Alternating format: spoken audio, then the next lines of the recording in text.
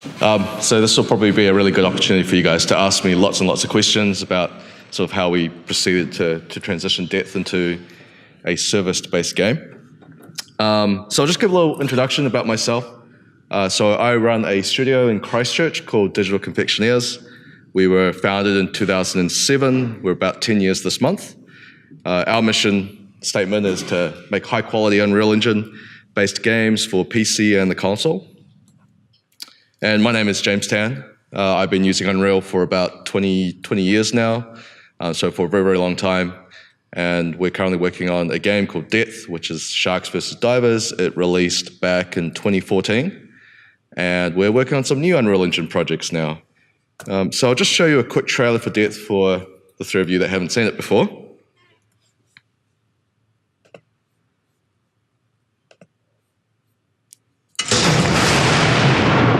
Okay, boys, time to get rich.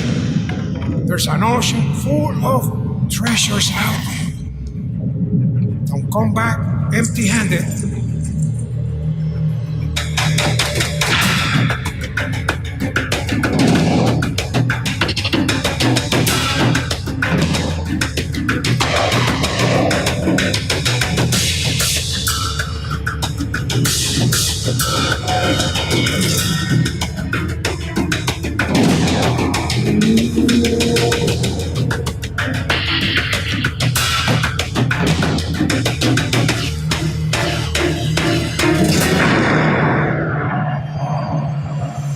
Sharks are just fish. They give you trouble, you show them who's the boss.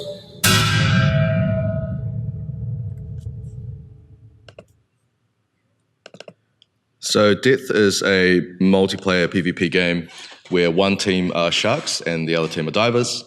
The sharks' goal is to kill everybody, and the divers' goal is to collect gold. They don't actually have to kill sharks if they don't want to, but it's one of their sort of annoyances that sharks always just get in the way. So just some quick signposts about what I'm actually going to be talking about. Hopefully none of you guys leave. So we've done the quick overview. I'm going to look at analysis, evaluation, decisions, and results about sort of when making decisions in terms of what are we actually trying to do. These are sort of the three steps that we first start with. Analyze the situation that we're in, evaluate what we've got, and then make some decisions, and then actually look at what results are we looking for. So then that way we can make sure that every time we do something, we can see some noticeable change and then say, okay, we're on the right direction or we're in the wrong direction. We'll look at actual patches that we did, and we'll discuss a little bit about them. We'll look at their results and their result graphs as well. Finally, we'll look at some trends and some summary information about what we gathered. So the information that I'm going to show today has been gathered over about a year. So we think we have enough information here to make some actual conclusions about things. And I didn't want to give this talk last year because at that time we only had 1 or 2 patches released at that point. So it wasn't a lot of information to give. So just to give you a brief rundown on Depth's timeline. Depth started development in 2009 by Alex Quick. And he was working on this game by himself for a while, and then we partnered up with him in early 2013 because he wasn't quite seeing the development of the game through to what he actually wanted. We released the game in late 2014, and in early 2016 we purchased Depth. He wanted to go in another direction, which was to make a single player sort of a horror game with the Depth IP at the time. Which he's doing now. It's called Maneater. It's available, well, not available yet, but you can see the store page on Steam if you search for it. And we wanted to go down in a different direction. And DC continues development of Depth today. So lifetime sales, we've sold 993,000 copies of the game. We've sold 907,000 bits of DLC, 164,000 pieces of microtransactions. So just to give you a difference of what I mean by DLC versus microtransactions, they both are kind of the same thing in that we're selling small pieces of content for a little bit of money, maybe $2, $3, $5, and whatnot. The differentiating part that we have about them is that we consider DLC as single purchases People who have bought them, they are unlikely to buy them again, or they don't need to buy them again. For example, it could be, in our case for Death, we sold shark skins at the beginning, and once you owned it, you've owned it. You don't need to buy it again. With microtransactions, we've made that differentiation in that we sell something similar to loot boxes. We just call them treasure chests. And it is a situation where somebody might buy 2 or 3 of them. In some extreme cases, people have been known to buy like 100 of these things. So the strategy analysis back in early 2016 and what our team was composed of, back then we were about 6, 7 people. We're about 12 people now. We had a very strong engineering team. A lot of us were programmers. Very few of us were artists at all. My background, when I first started game development, I was actually a modder. And I started with 3D modeling and level design. And as I sort of kept doing that, eventually I realized that I needed to know how to program, so I became a programmer. And so I've stuck with being sort of a programmer today with some offshoot skills in 3D modeling and a few other things. We didn't have an internal art team. A lot of the art that was created for Death was done via contracting. We just contracted some teams, predominantly in the US, to get a lot of the art done. And we were noticing that the market trend was towards service-based games.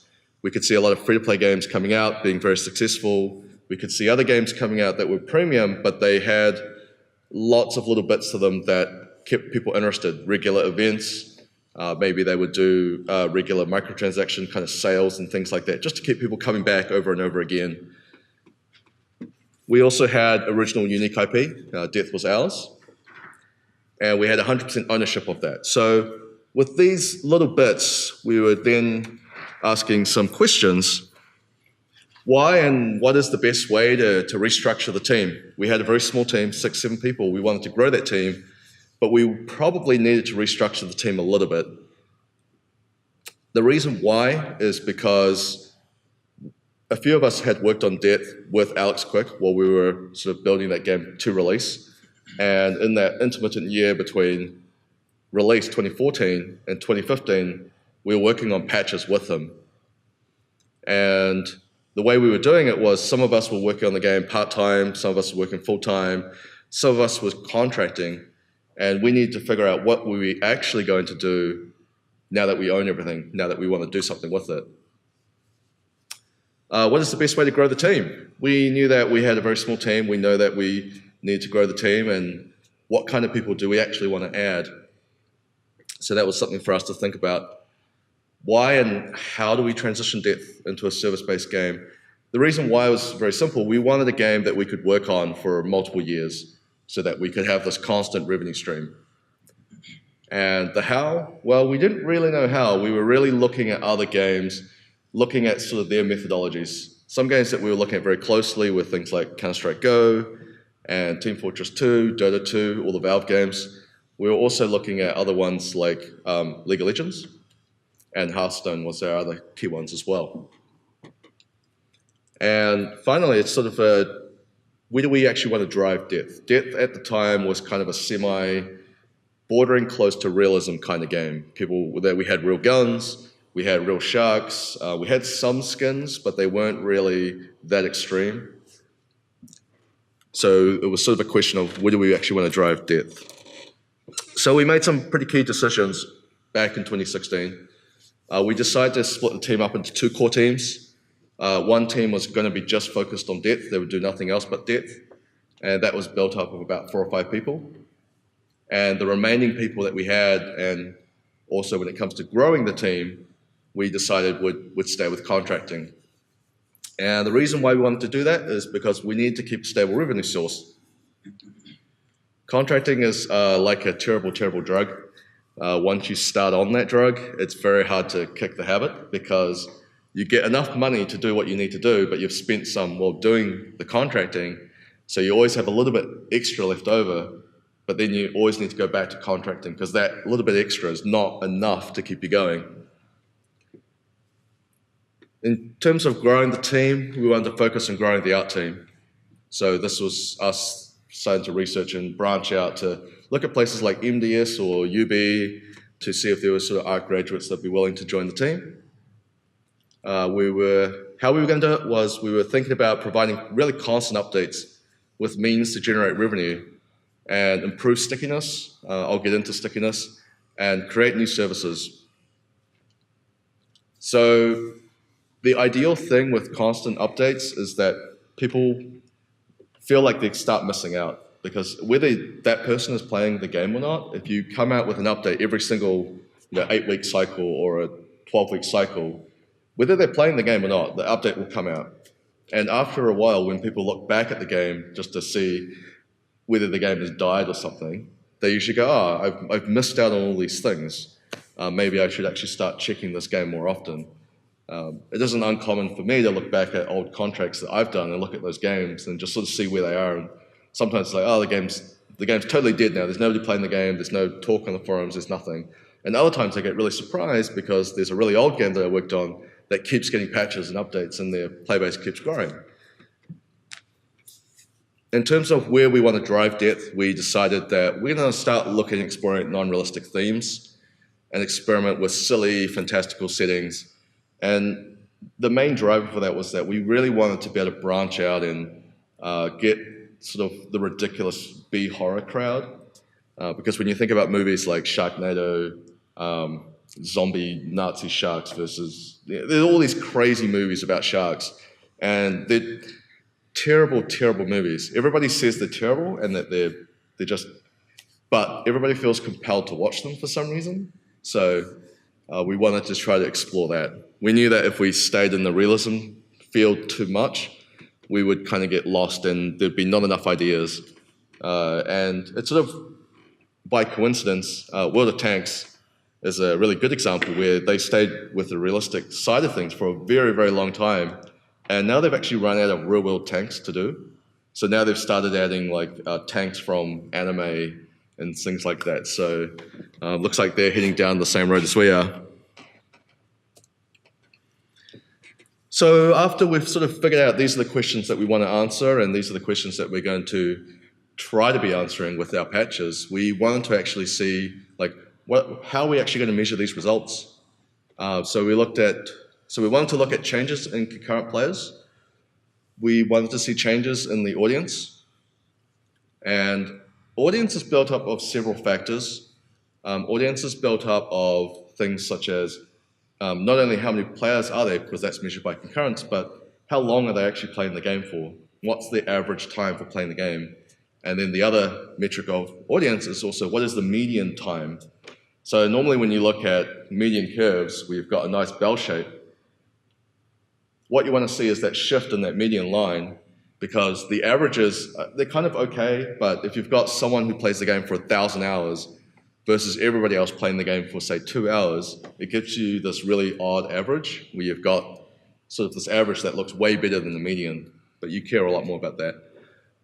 We wanted to look at how effective our visibility rounds were. So visibility rounds in Steam is an opportunity for developers to sort of make an announcement to everybody on the platform to say, hey, my game is updated, you should come back and have a look at us again.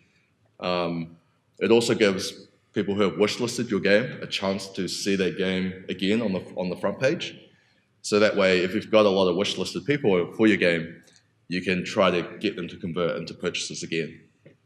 And the final thing we want to look at was revenue. All's well and good. I know a lot of people disagree with me when I talk about this. At the end of the day, we're a business. We make games. That's true. And there are a lot of fun aspects about making games, such as you can benefit communities, as we saw yesterday. You can introduce cultural and all these things to the game. But if your business isn't making money, you can't do that for very long. So we wanted to make sure that we had good revenue. So this was the first patch that we released called Tales from the East.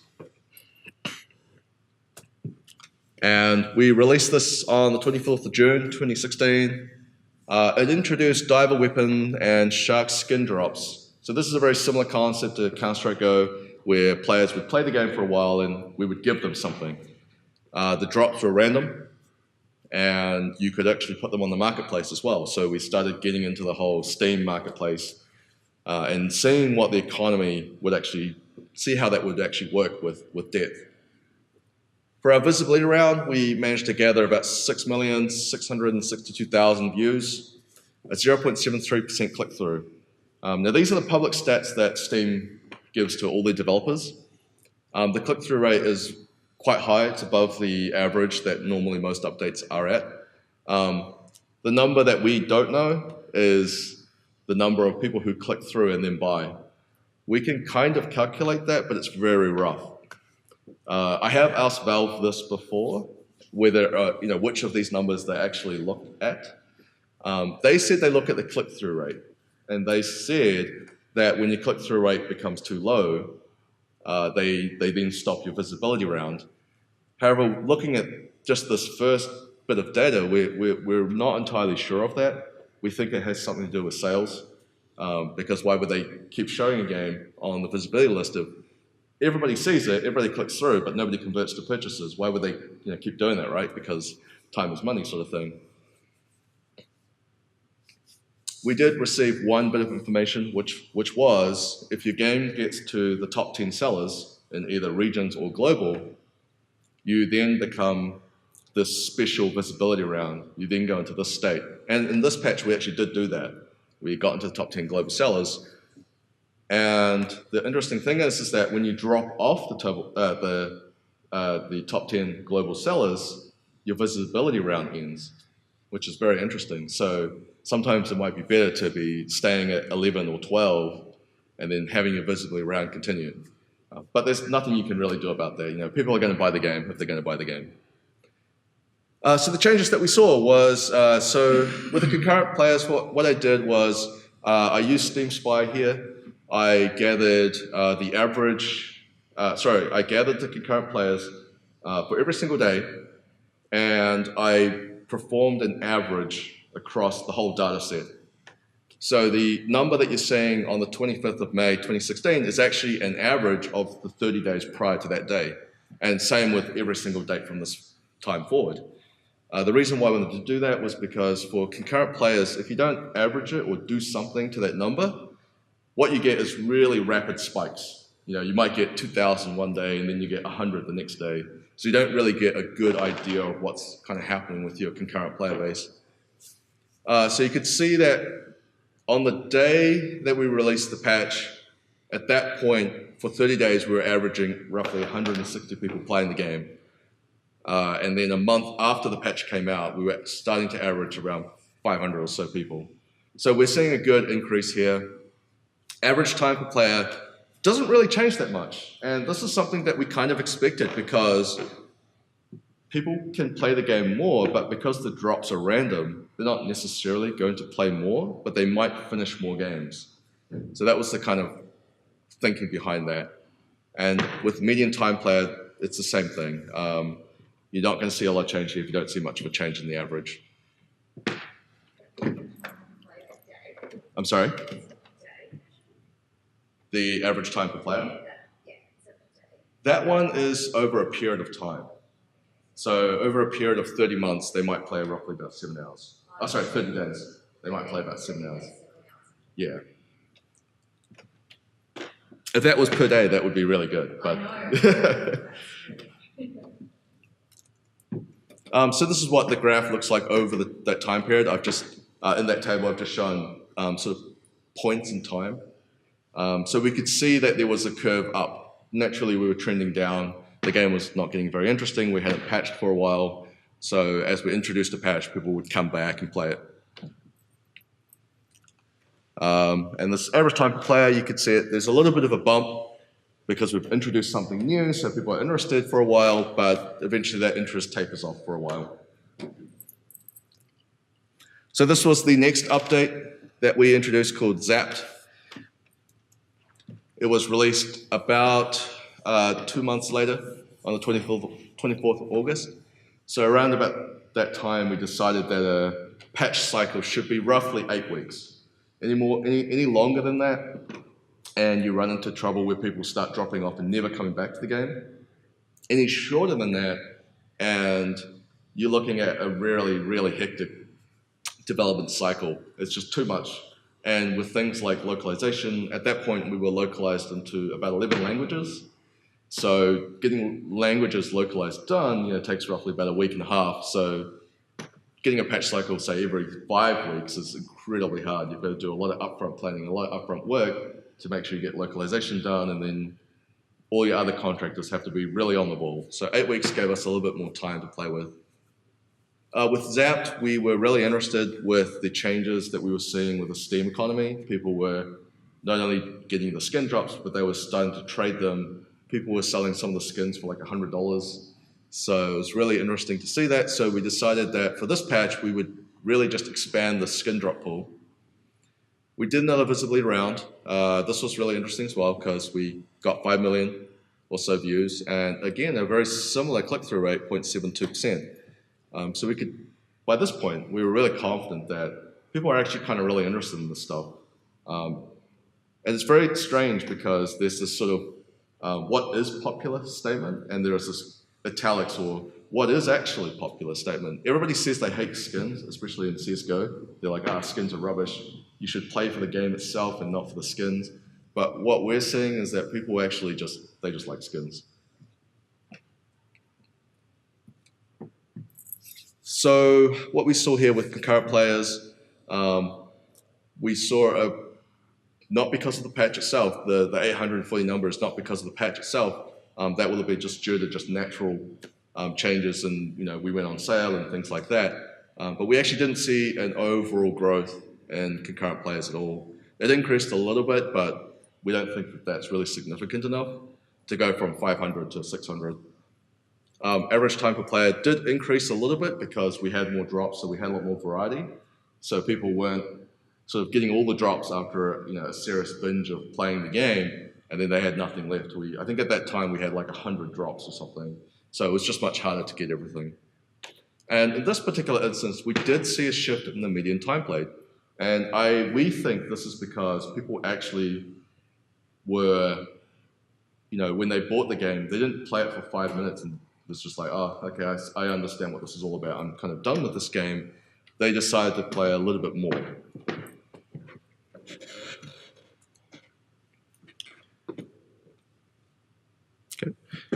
So those are sort of the graphs there to give you an idea of what we're seeing in terms of concurrent player numbers. And the average time per player, we're seeing a slight trend increase as well. So much of these slides about the patches themselves are very similar, but we started to introduce little different things. So I'll just quickly run down the things that we actually did do. So Terra Nights is where we introduced events. These were paid events. You paid about $2 to get in to the event. Those events would give you special event drops. Now this was very interesting because we didn't actually see a big change in our average player counts. People just weren't interested. And what actually ended up happening was that a lot of people did not like being excluded from the event because they didn't like this paywall of $2. And my natural response at the time was like, it's $2, come on guys. But really the way we should have thought about it was some people don't necessarily want to spend $2 on anything. So, you've made this content, maybe we should just give it for free because then people can actually enjoy it.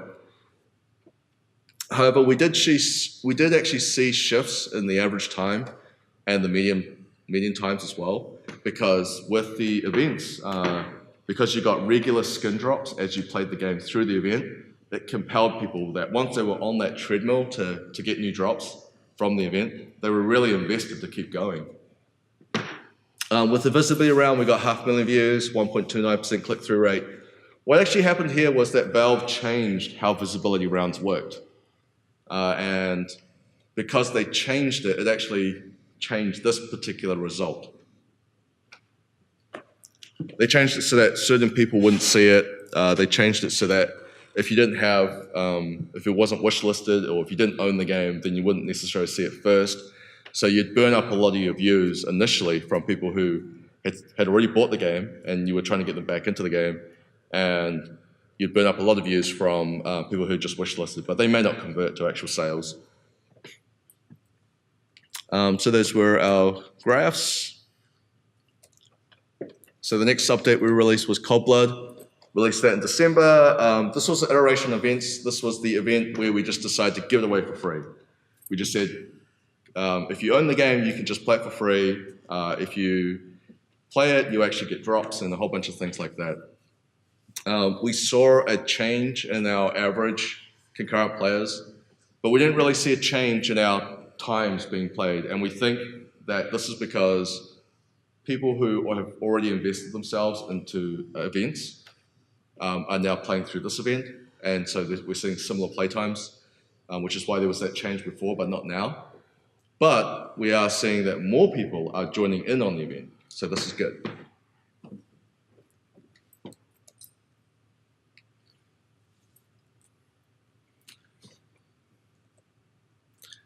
So this was the next patch, Dragon Dance, which we released in January. When we did a visibility round, this was again an iteration of events, so this was now free. We also included a few other bits and pieces as well. I think we changed it so that instead of a supporter pass that you could purchase, which was present in the previous event, this was the first event that we introduced a supporter pass, which was an additional microtransaction that people could buy, and it would speed up their progress in the event itself. So that was a slight tweak on the events. We did visibly around, we got about 1 million views, 1.73% click-through rate. So it seems to us that doing a visibility round where you just say, hey, there's a new version of the game, and you don't really talk about much what's in it, or if you just fix some really tiny things, your visibility round is kind of wasted. Don't do that.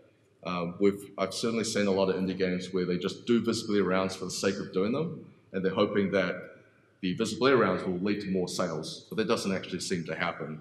Whereas in our case, when we did visibility rounds, what we'd actually write in the text is a new event, new drops, new skins, new maps, we do all those things.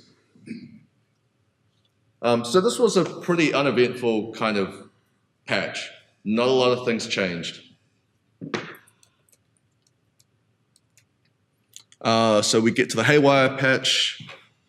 In this one, we actually iterated on the events some more, so we did some more sort of microtransactions that you could buy things. We then introduced and expanded paid mods. Paid mods is very interesting. It's come up again because of what Bethesda's done recently. However, the difference with us and why it went down okay with the community, we think, is because, one, you couldn't actually mod the game and release things for free beforehand and actually see it in the game. So there wasn't a way of doing that to get stuff for free before. And the way that we worded it was that, Valve would get their cut, which is roughly about 30%. We would get then 50% of the remainder left over, and the community would get the other 50%. And the way that actually worked in presentation to the player was that they would buy a treasure chest for about $2 or something, and it worked like a loot box. So you would randomly get something in there. And for the people who actually contributed to that treasure box, they would get a certain percentage based on how many things they contributed. So it was really a lot of excitement. The first one that we did about in the Dragon Dance update, we actually made something close to $120,000 just based on that. And that was from us really not doing a whole lot of work. The community made all the content. We wrote the back end, but again, Valve did all the other stuff where they made the workshop, they processed the tax payments and all that sort of stuff. So if you're thinking of a way to engage your community, definitely paid mods is a really good way of doing it. You've just got to be careful with the way you word it, the way you present it. In our case, we didn't force players to buy particular like their own like our own virtual currency or anything like that. We just said it's $2. You buy it if you want it, sort of thing. Visibility round, we had a Valve promotion, which was really good. The trouble with going through Steam Greenlight, which is now gone, with Steam Direct, is that you don't often get a Valve representative to look after you as a company.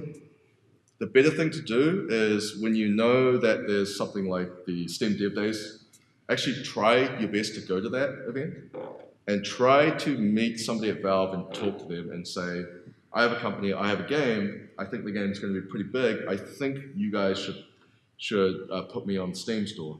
And try to get them away from just saying to you, oh, you just go through Steam Direct and you'll be fine. Because we actually have a Valve person that we can talk to them about getting very specific promotions at very specific times. And these are far more powerful than basically every other forms of advertising you can do. We experimented with YouTube advertising and Twitch advertising and also just like Facebook ads and stuff. All of those are super expensive and you get nothing out of them.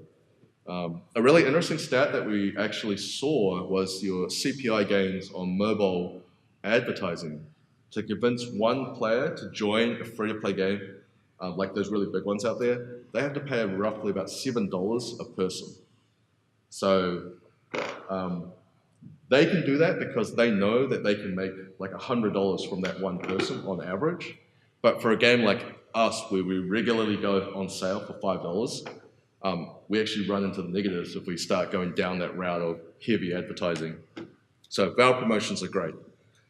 In terms of, we did do a visibility round after the Valve promotion. We saw about 1 million views, 3.4% click-through rate. We don't quite know what we did there in order to get so many click-throughs. I think we were just there at the right time, and the visibility round was straight after a Valve promotion as well. So I think people were seeing it. There's this marketing rule that if somebody sees something multiple times in a single day, they start really thinking about buying something. If you see like an ad for Coke 3 times, at dinner time, you're more likely to say, oh, I'll have Coke with my dinner or something like that.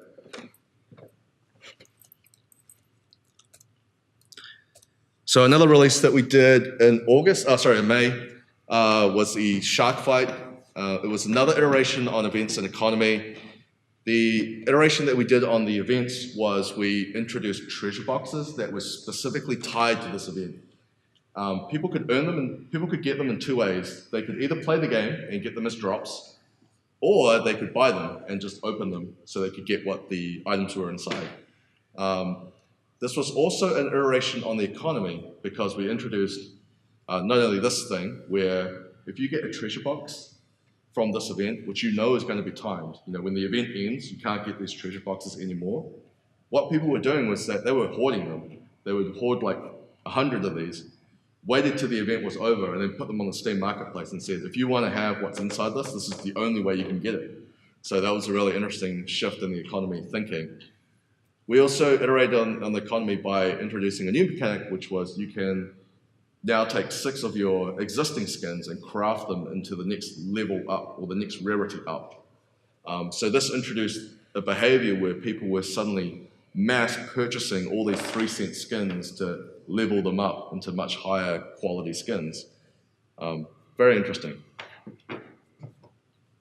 We also introduced voting. So the reason why the patch was Shark Fight was that we let the community decide on what the next shark they wanted it to be, whether it was a goblin shark or a white tip. In the end, goblin shark won. We have no idea how to make that as a gameplay mechanic yet because it's a deep sea shark and it's not very common, but we'll figure something out. We also participated in the summer sale promotion. And the really good thing about having a Valve representative again was that we could talk to the Valve representative and say, can you put us on the front page with the big grid of games and make sure we're there? And they primarily look at your sales number for that year, and if it's high enough, they'll say, sure, we can put you there. The big trouble with a lot of indies is that when they think about a summer sale promotion or a winter sale promotion, they go, everybody's going to be on sale, it's going to be great, we're going to make lots of money. But if you have no visibility, you're not going to make any money. So again, a Valve representative is really good. We did a visibility round straight after that. We got 1 million views, 1.6% click-through. So at this point, we're extremely confident that every time we do a visibility round, 1 million people at least are going to see it.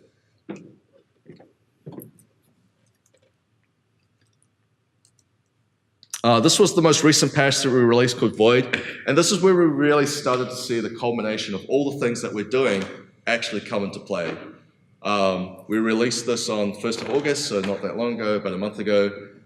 We again iterated on voting and we iterated on the events. So we introduced recurring event items, because what would happen was that when a person got to the end of the event, they would just stop playing because there was nothing more to get. So what we introduced was more treasure chests that they could get continuously after that. So it kept people on that treadmill again to keep playing the game over and over again. We introduced voting. We iterated on voting. The last voting thing was voting for something really big, the difference between two sharks, which one do you want to get? This time we did a voting that was much smaller, which was voting between what skin you wanted us to make for the next patch sort of thing. But it still engaged people a lot. People were still really invested in that. And they started forming teams of like, I want to see a skin for this weapon versus that weapon. Visibility round, we got 1 million views again, 1.9% click-through rate. For those that are on Steam, you may have counted the number of times I said that we did a visibility round. And by default, you get 5 or 6. If your numbers are high enough for each visibility round, you earn new ones. So we were able to continuously earn new ones over and over and over again. So this is something, again, that's really, really important. If you are going to do a visibility round, make sure that it's actually worthwhile for you to do it, because if you use it and Valve doesn't give you another one, it's kind of like you will eventually run out and you will lose all opportunities to actually bring up the visibility of your game. And this is where we started seeing a big shift in our player numbers, a big shift in the average times, going from 8 hours to finally breaching over to 9 hours with quite a big percentage jump. And same with the median time. We're seeing not too much of a change, but we're just seeing more people put in more hours on both spectrums. I'm sorry? We think it's the combination of all these things coming together, in that there's yes, when people come in and they see skins and they see events. One thing I did forget to include here was quests. We added quests. So the idea there is that we would give up to 3 quests per player, and as they played the game, they would finish the quest, and then we would give them a quest box, which is like a treasure box again. So there were more mechanics and more ways for people to continuously get rewarded. Previously, prior to that, it was all very random. You had the events that were on, and that was very strict in terms of like you would get an item here, and you would get an item here, you would get an item here. But sometimes the runtime for that is quite long, and that it took you 10 games before you got the next item. But for quests, if you were really good at the game, you could get them very, very quickly. And so people had a motive to actually get very good at the game so that they could finish these quests very quickly.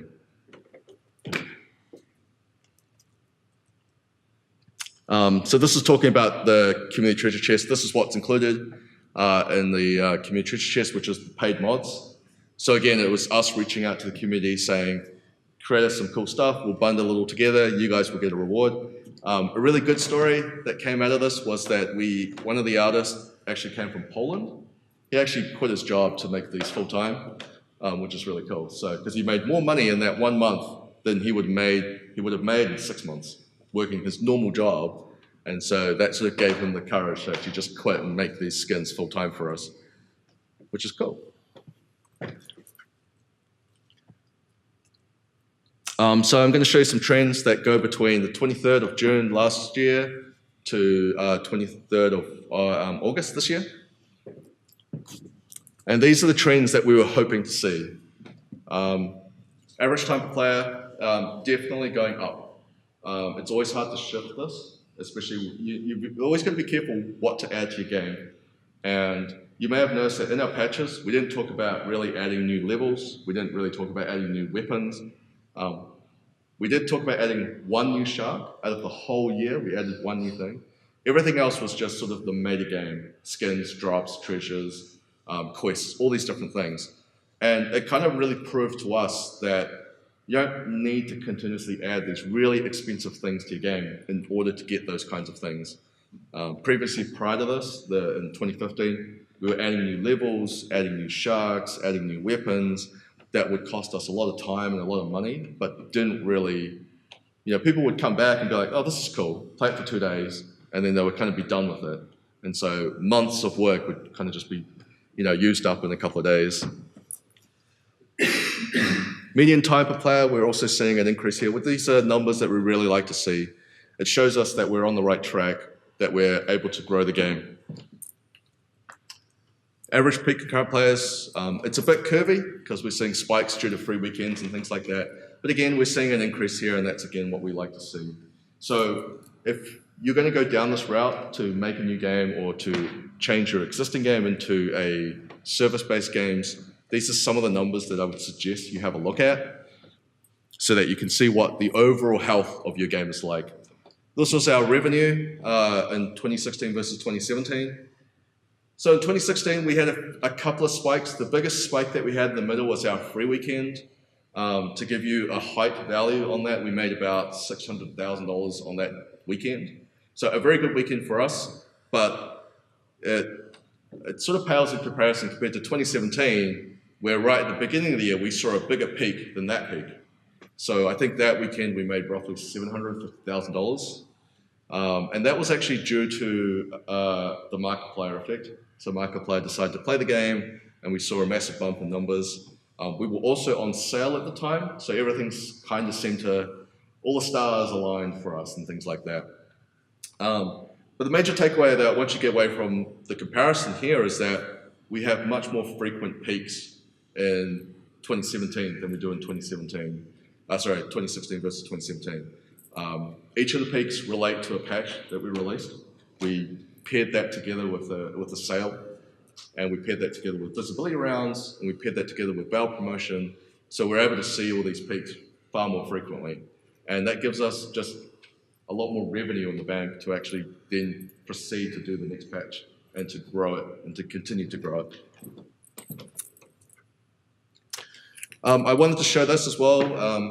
Unfortunately, I don't have a previous screenshot, but prior to this, United States and Russia were always our top two. They've always loved the game. They've always bought the game. China was not our third position. It used to be sort of Europe, the UK, Germany, those groups. But we're seeing China come into the picture a lot. And it seems like with these additional meta mechanics, that's actually really what they want to see out of the games that they play.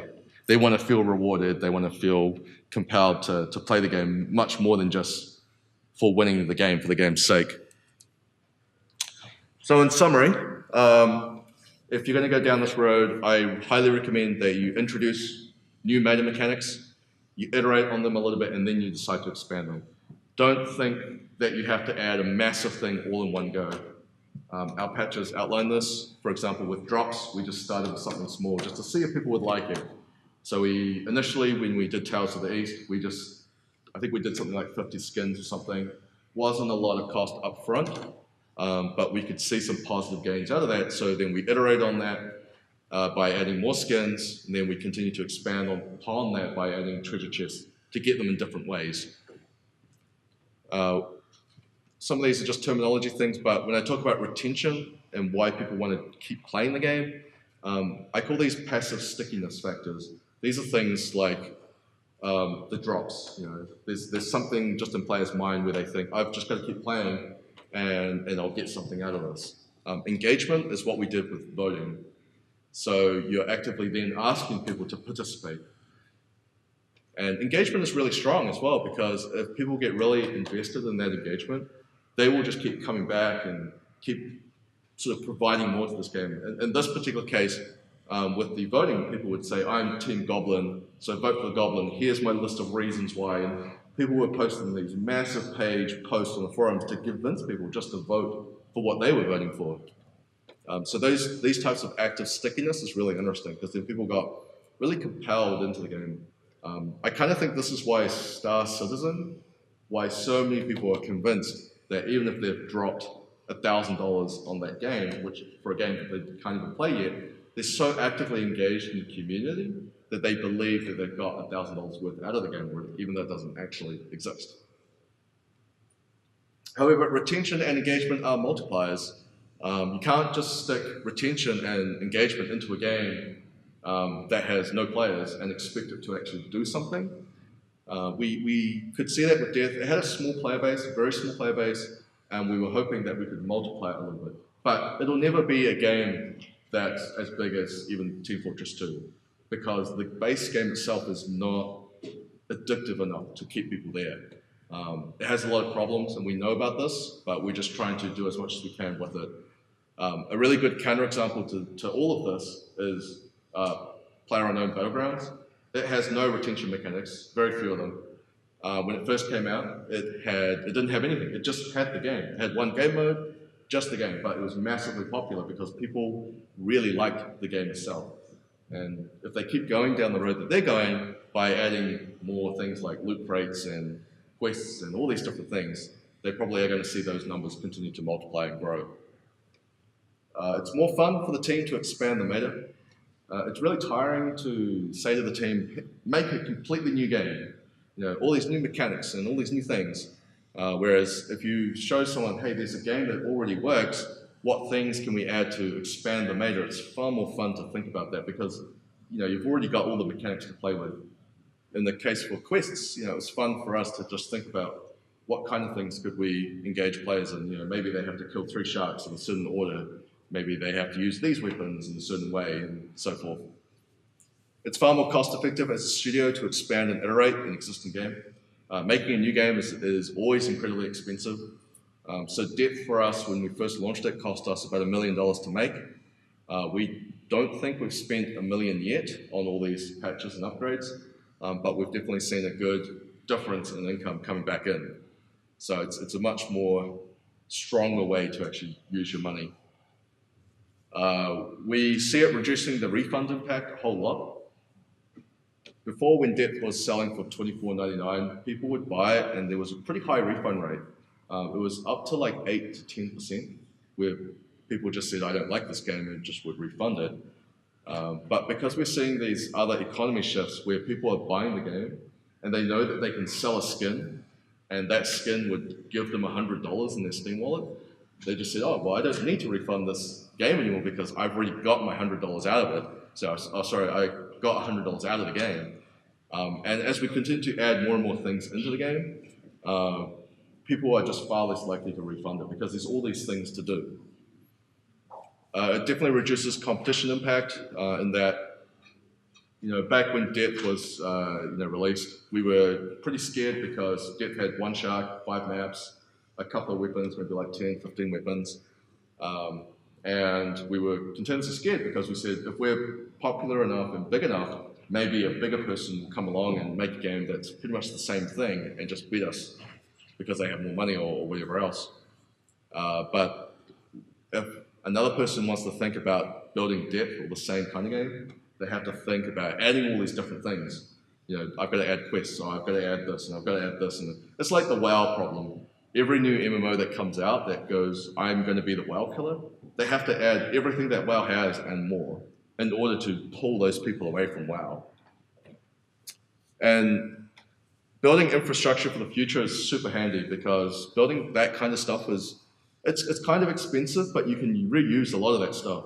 So with our Quest servers and our Quest backend now, we can extend that to all new games. So all of our new games can also have quests and benefit from all the same stickiness and factors like that. Our voting systems are the same. Our matchmaker is the same. We can actually reuse all of those things again and again, which is really good. So thanks everybody for coming to this talk. We are hiring, so if you're an infrastructure developer or QA and you're looking for something, feel free to email me.